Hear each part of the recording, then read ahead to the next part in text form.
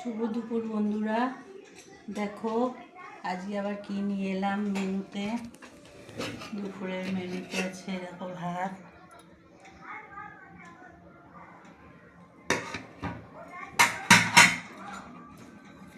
দেখো শাক ভাজা,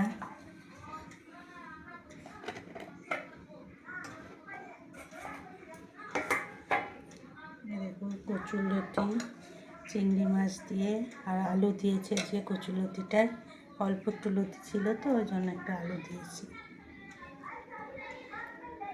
আর এই দেখো পেঁপে কাঁচকলা আলু দিয়ে শোল মাছের ঝোল করেছি। আর এই দেখো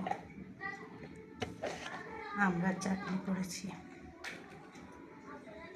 এইটাই হচ্ছে আমাদের যে দুপুরের মেনু, আর কিছু হয়নি, এইটুকুই হয়েছে। আবার পরে দেখা হবে, টাটা।